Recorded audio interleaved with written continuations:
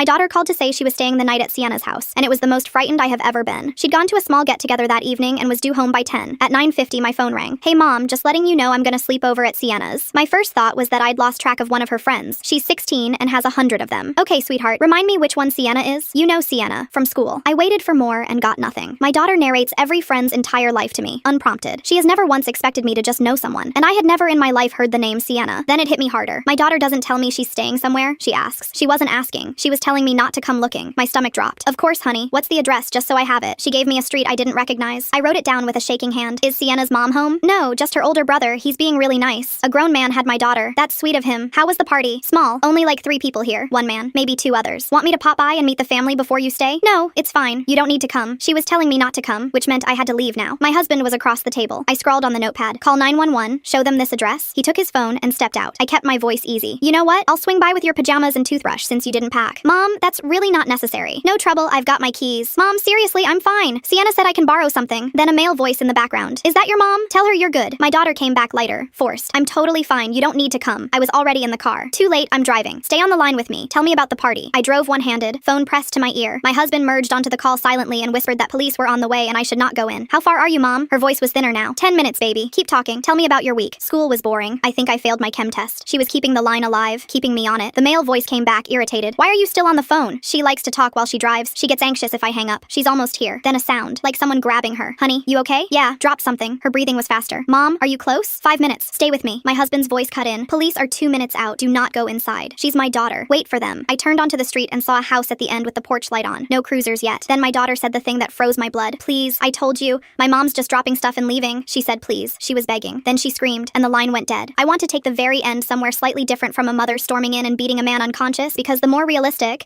and frankly more satisfying version is the one where everything she did right actually pays off. I threw the car into park at the curb, and as I did, 2 patrol cars came around the corner behind me. No sirens, fast. The dispatcher had kept my husband on the line the whole drive, and the address I'd written down got them there at the exact moment I arrived. I didn't have to kick a door. I stood on that lawn screaming my daughter's name while 2 officers went through the front, and a third held me back with both hands on my shoulders, telling me to let them work. It felt like an hour. It was 90 seconds. Then an officer came out with my daughter wrapped in his jacket, and she ran the last few feet and hit me so hard we both nearly went down. The man was in his 20s. He'd been posting fake party invites on social media for months, luring girls to that house. Police found 2 other teenagers locked in an upstairs room that night. He's facing a long list of charges, and the other families got their kids back because of how it unfolded. In the car afterward, still shaking, I asked her how she'd thought to use a fake name. She looked at me with tears on her face and said, "You know every single one of my friends, Mom. I knew if I said a name you'd never heard, you'd understand something was wrong." I have never been more terrified or more grateful that the thing that saved her was that she knew, all the way down, that I was paying attention.